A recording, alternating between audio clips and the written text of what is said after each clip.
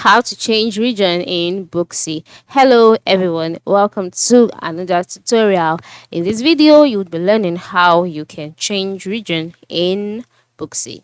I'll be guiding you through on how you can do that. The first step is to log in into your Booksy account, just like I have done here. And then you can see different services or businesses available on Booksy. Then move to the bottom part of the screen, the bottom right corner, where you can see your profile icon and just click on it.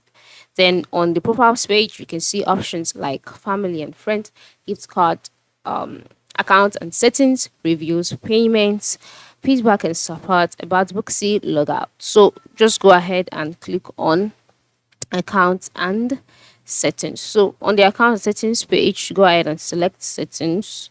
And so once you're on the settings page, you can see options like notifications, app notification, and all of that. Then you can see language, and then you can see country. So just go ahead and select country. Then you can see different countries, different regions where Booksy is available. So for you to change your region, just go ahead amongst the countries that are displayed here. Just go ahead and select the region that you would like to change to. And as you can see, to be affected immediately.